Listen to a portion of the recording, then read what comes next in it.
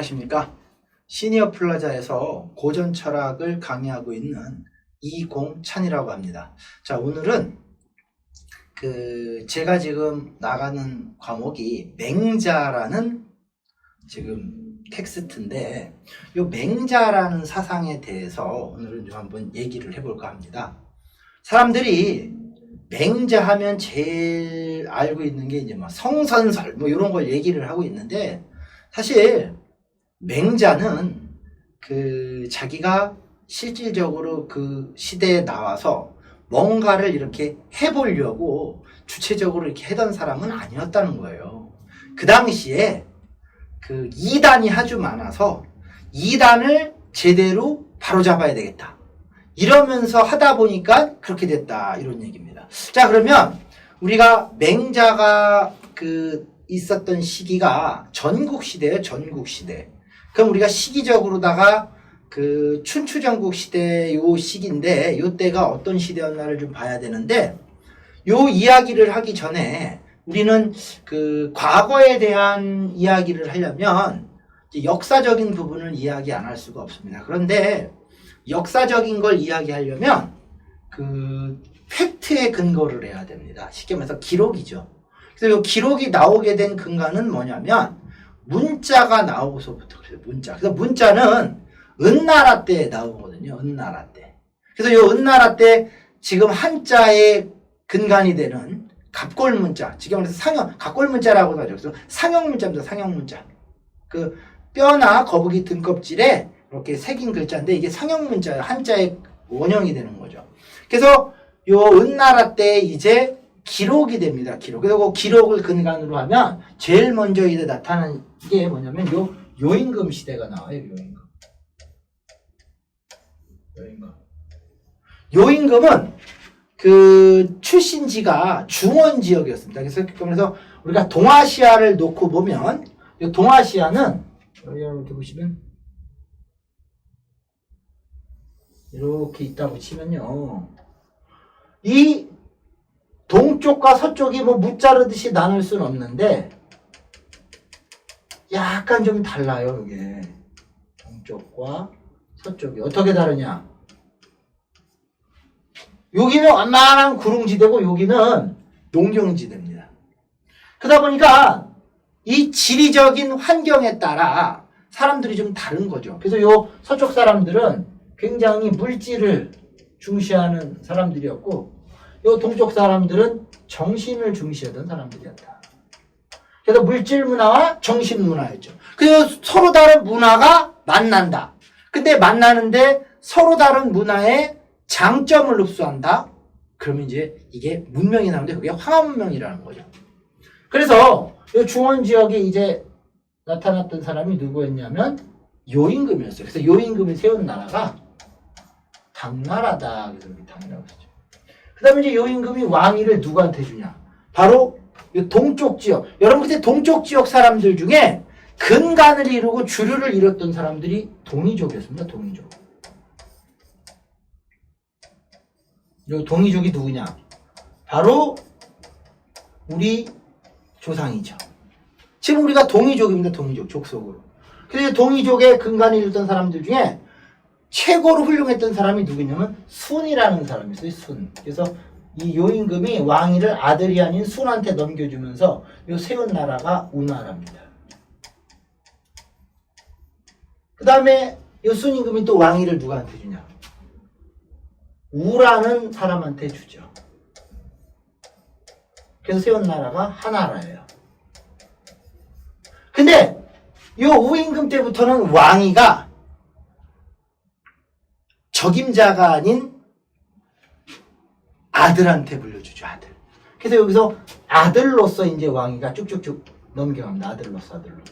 그래서 마지막 사람이 거리라는 폭군이 나오고, 이제 거를 친 사람이 탕이라는 사람이 나오면서 요 탕이 세운 나라가 은나라입니다.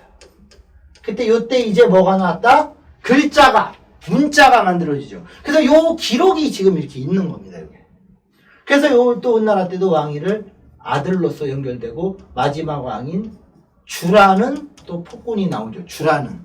그래서 요 주를 이제 또 공격해서 이제 세운 사람이 무왕이라는 사람이죠. 무라는 사람이고 세운 나라가 주나라입니다. 그래서 무왕이 주를 세우고 나서 그 아버지도 같이 들어서 이제 문무가 무왕의 아버지. 그래서 주나라를 세우고. 그럼 여기서 잘 보시면 요임금은 중원 지역 사람이었고 순임금은 동이족이었고 우임금은 서부족 사람이었고 탕임금도 동부족 중에 동이족 계열이었고 문무 여기가 동부족 그다음 문무는 서부족이었어요. 그러면 이날 동아시아는 동쪽 사람, 서쪽 사람, 동쪽 사람, 서쪽 사람 한 번씩 차지하다 보니까 이 지역의 주인은 없었던 거예요. 근데 이 주나라 때부터가 중요합니다. 주나라 이후로 여러분 여기 주나라 때 이 무왕 때 철기가 나와요. 철기. 그래서 요 은나라는 청동기 문화였는데 철기가 청동기를 치면서 이제 여기가 박살이 납니다. 그러면서 이 중원을 이제 주나라가 계속 차지하면서 서부족이 주류를 이루는 거죠. 그러다 보니까 여기 땅덩어리가 누구 거냐? 이제 서부족 거다. 그래서 서부족이 우리가 말하는 한족이에요. 그럼 이제 이렇게 되면 이제 중원의 주인공은 서쪽 사람이고 한족 중심의 문화가 형성이 되는데 여기서 여기가 이제 우리 거다라는 생각이 들면 이제 그게 뭐냐? 바로 중화사상입니다. 그래서 주나라 때 두드러진 게 뭐냐? 바로 봉건제도가 이때 나오죠. 봉건제도. 그래서 큰 땅덩어리를 효과적으로 다스리는 제도가 봉건제도입니다. 그래서 이 주나라 때를 잘 나가던 시절을 서주시대. 그 다음에 좀 다시 한번 부흥을 이루어보자. 수도를 옮기죠. 동주시대. 그래서 이 서주시대의 수도는 장안이었고 동주시대의 수도는 낙양이었습니다. 그래서 이 동주시대의 전반부와 후반부를 기록한 책이 있습니다. 그래서 전반부를 기록한 책이 우리가 알고 있는 공자가 지은 춘추라는 책이고 후반부를 기록한 책이 바로 전국이다. 그래서 이 책 이름을 따 유미 완성을 하죠. 그래서 요 춘추 전국의 책 이름을 따서 시인 시가 춘추 전국의 시대다. 그러면 쉽게 말해서 춘추 시대는 어떠냐 이렇게 보시면 돼요. 자, 봉건제도의 특징은 중앙에 천자가 있고 그 다음에 주변국들 제후국들한테 땅을 나눠주면 제후들은 이거를 대부한테 나눠주죠. 그래서 큰 땅덩어리를 효과적으로 다스리는 거예요. 그래서 그 천자는 제후들한테 조회를 하고 저기 순수라 그래가지고 잘하고 있는지를 가서 돌이켜보고 그 다음에 제후들은 술직이라 그래서 맡은 말을 갖다 보고하는 거 조회를 하고 이런 식의 이 소통이 잘 됐던 거예요. 근데 춘추 시대로 오면서 천자가 있기는 있는데 제후들이 말을 안 들어요. 모여라 그러면 막 성질을 내면서 왜 자꾸 피곤한데 모여라 하냐 막 이러고 이제 전국 시대는 제후들이 지가 다 천자예요.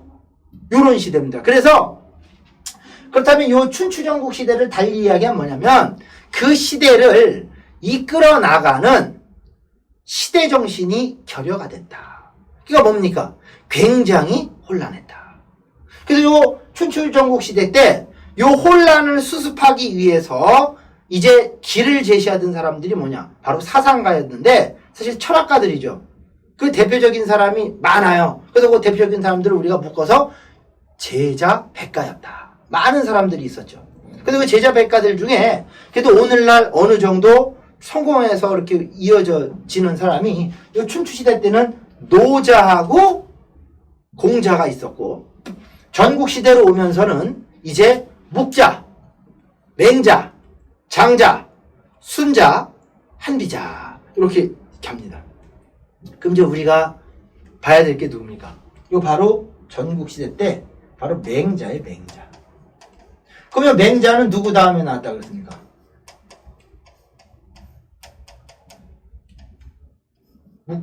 묵자라고 하죠. 묵적이라기도 하기도 하고 묵자라고도 부릅니다. 이 묵자로부터 나왔던 거죠. 묵자. 그러면 맹자 사상이 나오게 된 그 묵자를 살펴보지 않을 수가 없는 게 여러분 요거 우리가 여기에서 나름대로 노자와 공자가 있었는데, 이 노자하고 공자라는 사람은 특히 이제 이 노자의 사상 중에 대표적인 게 뭡니까? 무의자연이다 이런 얘기죠.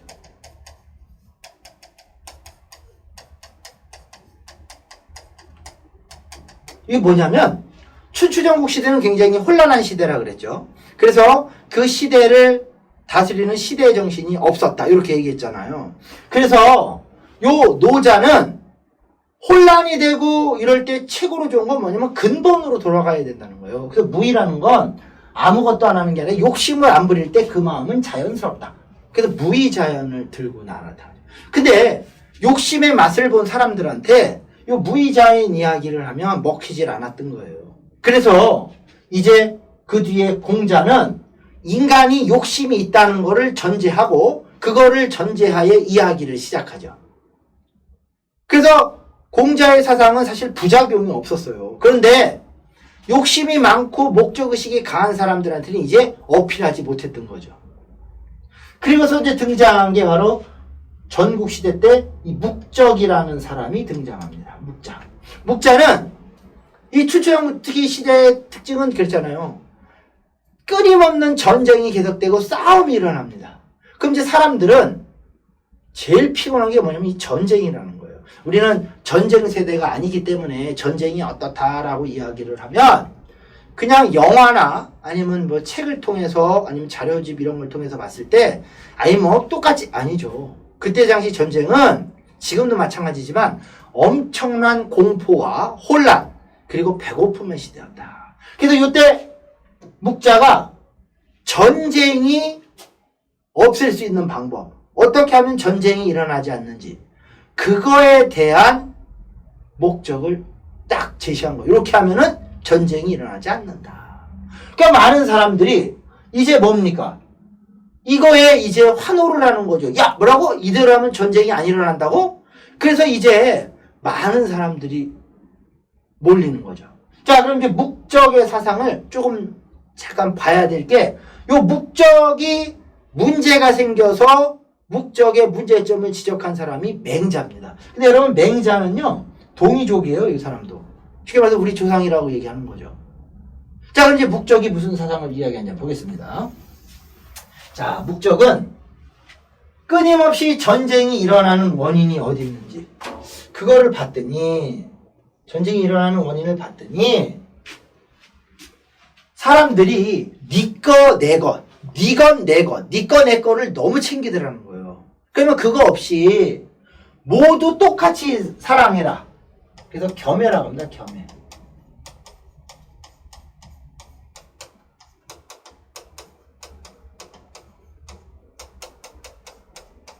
똑같이 사랑하면서 이로움으로 사귀자. 그래서 겸해교리설, 겸해교리론, 이걸 겸해교리설. 그래서 겸해에서 이거 빼고 겸해설 이렇게 얘기 많이 합니다. 겸해. 두루두루 사랑하자. 네 부모, 내 부모 없이 그냥 똑같이 사랑하자는 거예요. 네 거, 내 거 없이. 그러면 사람이요. 이웃집에 가서 어떤 사람이 물건 하나를 훔치면 좀도둑이지만 집단적으로 가서 물건을 훔쳐온다? 전쟁이에요. 그러면 네 거 내 거를 안 따라진다? 전쟁이 일어날까요? 안 일어날까요? 안 일어나겠죠. 그리고 또 전쟁이 일어나는 이유는 사람들이 주의와 주장들이 너무 달라. 그러니까 쉽게 말해서 요즘 전 세계도 보면은 공산주의와 민주주의가 나는 게 그 사상 생각이 다르단 말이에요. 주의 주장들이.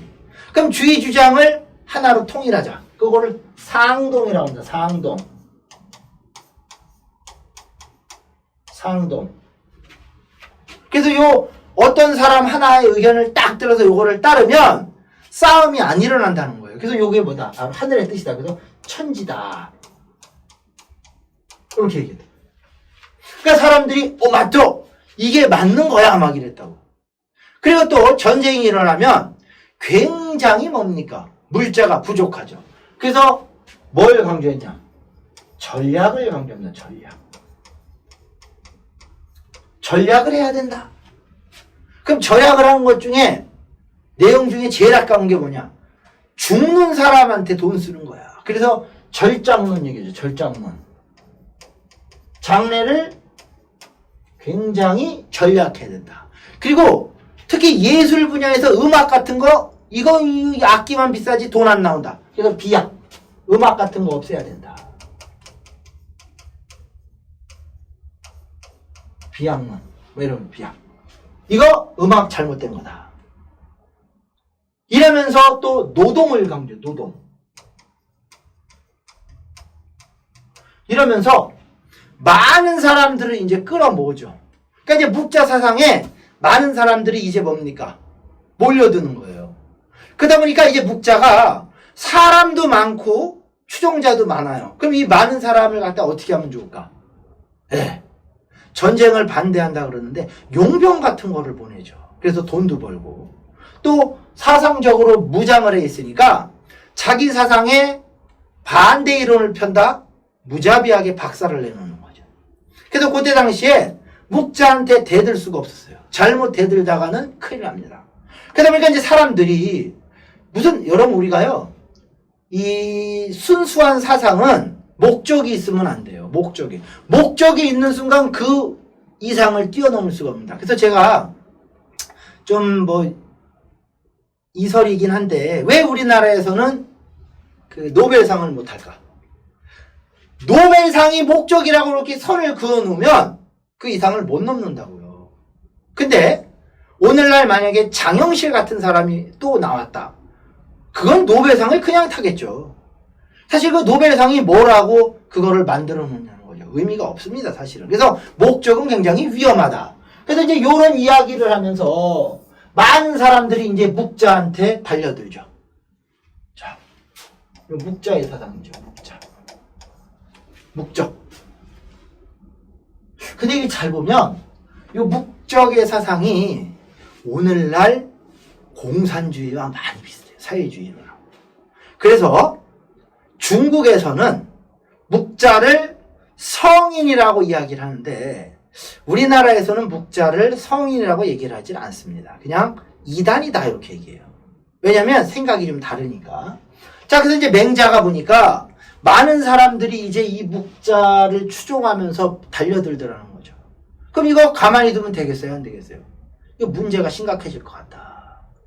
그래서 이제 이 문제점을 제시를 하죠. 뭐라고? 자, 요 겸해설이 이게 맞냐 보는 거죠.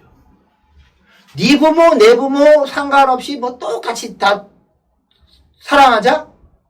자, 그러면 이 사랑에는 단계가 있다. 그래서 단계적 사랑이다. 쉽게 말해서 제일 먼저 사랑해야 될 게 누구냐? 나 자신.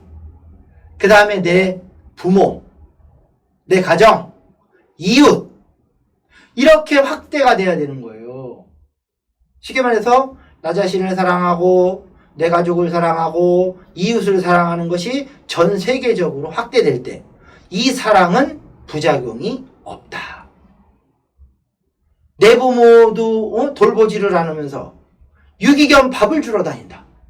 이거 문제가 있는 거죠. 네. 왜? 여러분 이게 우선순위가 잘못됐다는 거예요. 우선순위가.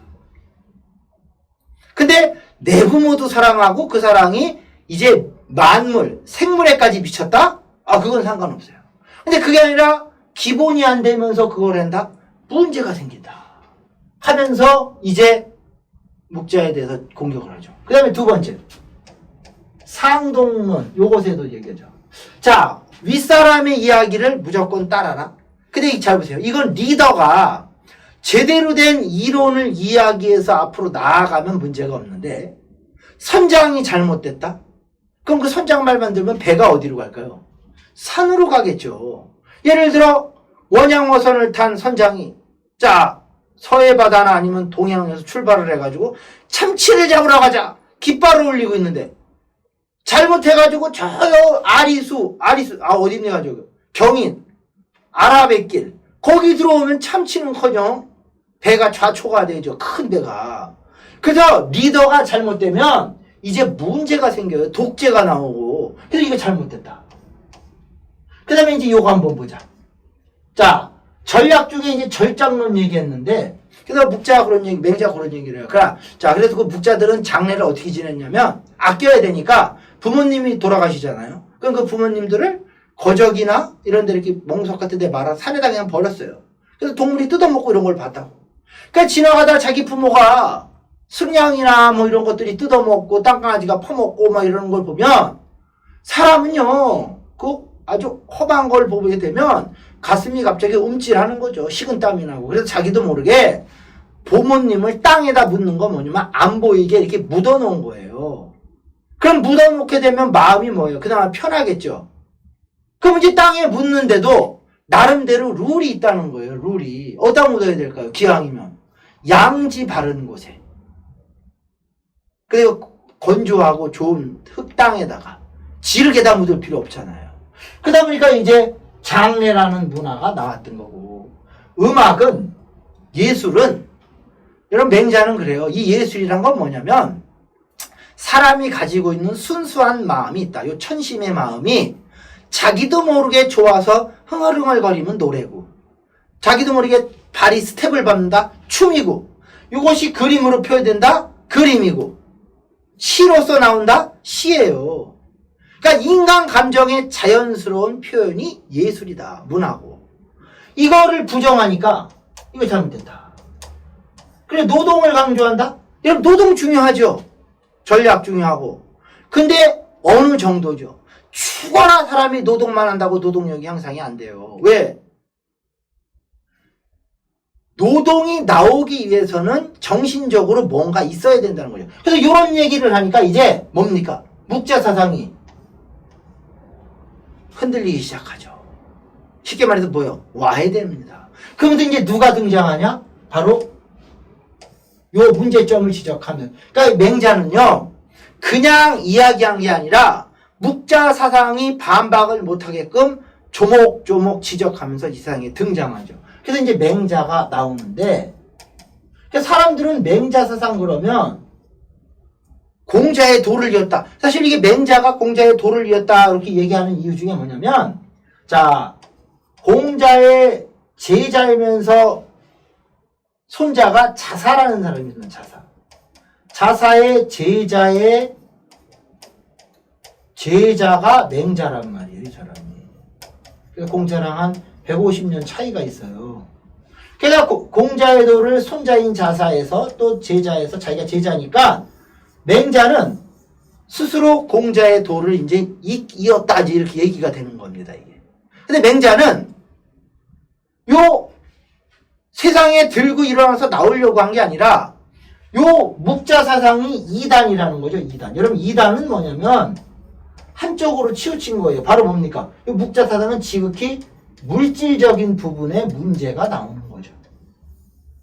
그래서 맹자는 이 물질적인 부분의 문제를 지적하기 위해서는 정신적인 부분이 중요하거든요. 그래서 정신적인 부분을 가지고 이제 뭡니까? 지적을 하다 보니까 이제 이 세상에 맹자라는 사람이 나오게 된 겁니다. 그래서 맹자는요, 굉장히 정신적인 부분을 강조하던 사람입니다. 자, 그럼 이제 맹자 사상이 어떤 게 있는지 한번 보도록 할게요. 자, 그럼 이제 우리 맹자 사상의 핵심은, 자, 보시면, 맹자는 사람은 요 마음하고 몸이 있는데, 요 몸과 마음이 조화를 이루는 거. 그게 공자의 중용사상이거든요. 근데 그 중에 근간이 돼야 되는 게 마음이고. 그래서 이제 요 보시면 우리가 이제 여기서 요런 얘기가 나와요. 선, 후, 본, 말이다. 선후본말. 그래서 먼저 몸을 챙기는 게 맞아요. 그 다음에 마음이다. 하지만 근본이 되는 건 마음이고 몸은 말단이다. 이제 요거죠. 선후본말. 여기에서 요 마음에 해당하는 거, 그거를 인과 의라고 얘기했고, 몸을 제대로 하는 게 예지입니다. 인이예지. 그래서 요 사람이 요 네 가지를 잘 챙겨야 그게 제대로 된 사람이다. 그래서 요 네 가지의 마음에 근간이 되는 단서의 마음이 있다. 그래서 요게 이제 나오는데, 그래서 요 인의 단서가 되는 마음, 의의 단서가 되는 마음, 예의 단서가 되는 마음, 지혜 단서가 되는 거. 그래서 요 인의 단서가 바로 측은지심입니다. 측은지심. 측은히 여기는 마음. 측은지심. 측은히 여기는 마음. 그래서 우리가 사실 인의 마음을 강조했던 사람이 공자잖아요. 그래서 맹자는 요 인보다는 요거 공자랑 똑같으면 안 되니까 이제 의를 강조했던 거예요. 의를. 그럼 우리가 측은히 여기는 마음은 불쌍히 여기는 마음이라고 해요. 측은지심. 그래서 요 인의 한 마음이 현실에서 구체화된 거. 요게 바로 의라는 거예요. 그래서 의의 단서가 되는 게 부끄럽고 미워하는 마음이 이 속에 있다. 그리고 의가 현실에서 매뉴얼화된 거. 이것이 예죠. 예의 단서가 되는 게 양보하는 마음. 그래서 사양심이다.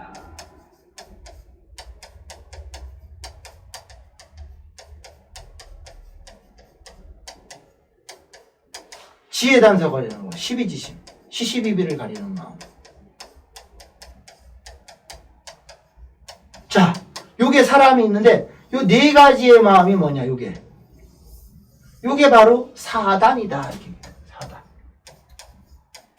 그래서 사람은 요 네 가지의 마음이 없으면 그거는 인간 아니다. 짐승이다. 맹자는 대놓고요. 자, 사단이 없으면 그거 비냐라. 인간 아니다. 짐승이다.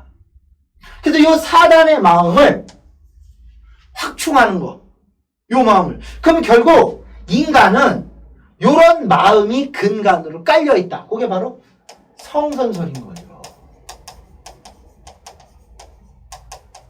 그러니까 성선설 속에는 요 선한 인간의 본성은 선하기 때문에 요런 마음이 있다는 얘기예요. 그러면 사람은 어떻게 살면 되냐? 요 마음이 있으니까 요 본심의 마음으로 행동을 하면 그냥 이게 나온다는 거예요. 이게 저절로. 그럼 이제 이 사단을 확충하기 위해서 맹자는 뭐를 강조했냐? 집의라는 거예요. 집의. 뭘 집? 의로울 의. 그러니까 의로움을, 집이라는 건 의로운 말, 그러니까 인의 한 마음이 현실에서 구체화된 게 의란 말이에요. 그럼요, 의는요, 한 번에서 생기는 게 아니에요. 집이라는 건 꾸준히 의로운 행동을 할 때 의로움이 이제 생기는 거죠. 그래서 집의를 강조하고 또 존야기라. 야기를 잘 잡아야 된다. 이 야기가 뭐냐면 밤의 기운이에요. 밤 기운. 뭐냐면 우리가 새벽이 되면 사람이 잠자고 여러분 새벽에 일어나면은 계산을 안 하고 순수한 마음이 있거든요. 자, 우리가 자다 일어나면 왜 아무 무심하잖아요. 이게 바로 자연심이거든요. 천심. 그래서 그 마음을 이제 잡아야 된다. 그래서 사실 맹자는 굉장히 인간의 내면, 심리를 굉장히 분석한 사람이에요. 근데 맹자가 총 14장으로 되어 있는데 그 안을 들여다보면 그냥 정치에 대한 이야기가 거의 나오는 것 같아요. 첫 장부터. 그러니까 맹자는 정치학자냐? 그게 아니에요. 인간의 심리를 굉장히 연구했던 사람입니다. 그런데 사람들이 그때도 이 정치가 제대로 되면 이 사회가 살기 좋은 사회로 바뀐다는 걸 알았던 거예요. 그러니까 정치에 사람들이 관심이 많았던 거죠. 그래서 요 맹자는 그래서 그 진심장이라는 맹자 13장, 14장이 있는데 여기에 보면 이제 인간의 내면에 대한 분석을 아주 잘 해놨어요. 요 사단에 이런 마음이 있어서 요거를 잘 잡아야 그게 인간이다. 그럼 요 네 가지 마음이 없는 거, 그걸 이제 우리가 이설로 싸가지가 없다, 사가지가 없다, 인내지가 없는 게 아니냐 이렇게 얘기를 하기도 하는데 그건 참고로다가 이설이니까요. 그래서 우리가 나름대로 요 사단을 확충하는 게 맹자 사상의 핵심이에요. 그게 가능한 이유는 뭐냐? 인간의 본성은 선한 존재이기 때문에 내 마음을 잘 잡으면 되는 거죠. 그래서 요런 한 마음, 요런 마음으로 사람들이 이제 경제 활동을 한다? 그게 경영이에요. 한 마음의 경영아. 그리고 이제 정치는 뭐냐? 요 한 마음 이니에지가 근간이 돼서 이게 정치로 드러난 거고요. 그래서 맹자는 수양도 강조합니다. 그래서 우리가 알고 있는 호연직이라는 게 있는데, 호연직이 클호, 그러하려면 엄청나게 큰 기운이다. 이게 뭐냐면 내 마음이 한 마음, 하늘 마음, 인의 마음이 되면 그 마음은 우주의 마음과도 통한다는 거예요. 그러면 그 마음은 무지 크기 때문에 그 기운이 바로 호연직이에요. 그래서 호연직은 뭐냐? 욕심이 없는 양심의 마음은 천심과 연결이 되기 때문에 그게 큰 마음이 호연직이에요. 그래서 호연지기를 길러야 된다 하는 얘기가 그겁니다. 그래서 호연지기 기르는 게 바로 뭐냐? 명상이에요, 명상. 명상은 뭐냐? 마음속에 욕심의 마음을 지워버리는 거. 요거죠. 그래서 그때 당시에 맹자는 어찌됐든 간에 이 많은 이제 제후들하고 만나서 뭐 이런 얘기도 하고 막 이러다 보니까 정치적인 얘기를 좀 많이 해요. 그러다 보니까 정치 서로 알고 있지만 굉장히 내면부터. 그래서 여러분 한의학 공부하시는 분들은 인간의 마음적인 부분을 분석해야 되기 때문에 이 맹자가 필독서입니다. 그래서 맹자의 진심장구를 굉장히 많이 읽어보죠. 그래서 거기 보면 인간의 마음, 내면에 대한 분석을 해놨다고요. 그래서 이제 맹자 책을 읽어보면 다 이제 이런 얘기가 나와요. 근데 이제 정치 얘기 쪽으로 나오다가 뒷부분 가면 인간의 심성적인 부분이 나오죠. 그래서 우리나라 사람들이 제일 좋아하는 책이 뭐냐? 바로 맹자였습니다. 맹자. 왜? 맹자가 동이족인 것도 있었고 굉장히 우리나라 사람들의 마음을 대변하는 뭡니까? 철학이었던 거죠. 근데 이제 그래서 우리가 맹자의 단점은 이제 길어요, 문장이. 그래서 맹자 제자들도 얘기해요. 선생님은 말을 너무 좋아하는 것 같습니다. 근데 맹자가 진리를 읽기 위해서 내 부득이하게 말을 많이 한다. 먼저 이런 얘기도 하는데 이제 그런 얘기도 나오면서 이제 맹자가 이렇게 장마다 특색이 있습니다. 그래서 우리가 요 맹자라는 철학자는 그때 당시에 사실 성공을 한 철학자는 아니에요. 그래서 그 대신 또 실패했다고 할 수도 없는 게 정치의 이야기를 하긴 하지만 정치의 뜻을 두지는 않았어요. 왜? 정치는 사람을 바로잡아주는 거란 말이에요. 그렇기 때문에 이 바로잡아주는 건 정치가 아니어도 있잖아요. 그래서 맹자는 제후들한테 제후가 나아가야 될 방향성, 어떻게 하면 이 천하가 평화롭게 된다. 먼저 이런 이야기들 해서 뭐 그런 얘기들이 딱 나옵니다. 그래서 여러분이 시간이 되시면 요 맹자 서상에 대해서 이제 근간적인 거, 우리는 맹자면 요 성선설만 알고 있지만 사실 이러한 내용들을 다 뭡니까? 내포하고 있다. 그래서 여러분이 참고로 요 인의 마음의 단서가 되는 측은지심은 불쌍히 여기는 마음이고, 인 현실에서 구체화된 의의 단서가 되는 것은 부끄럽고 미워하는 마음이야. 왜냐면 내가 한 마음을 어겼다? 부끄러워요. 그리고 한 마음을 어긴 사람을 보면 미워요. 그래서 수호지심이 나오는 거고, 요 의가 현실에서 매뉴얼화된 게 얘입니다. 그러니까 얘는 사양지심은 뭐냐? 양보하는 마음이에요. 양보하는 마음.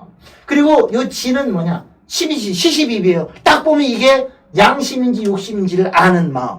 그래서 요 사단이 사실 맹자가 강조하는 마음인데 그 마음이 바로 인간이 본성이 선하기 때문에 등장할 수 있는 이론이었던 거죠. 자, 이렇게 제가 대략적인 부분을 설명드렸습니다. 여러분 시간 되시면 요 맹자 고전철학 한번 들어보시고 또 다음에 한번 기회가 되면 뵙도록 하겠습니다. 자, 오늘 여기서 마치도록 하겠습니다. 수고하셨습니다.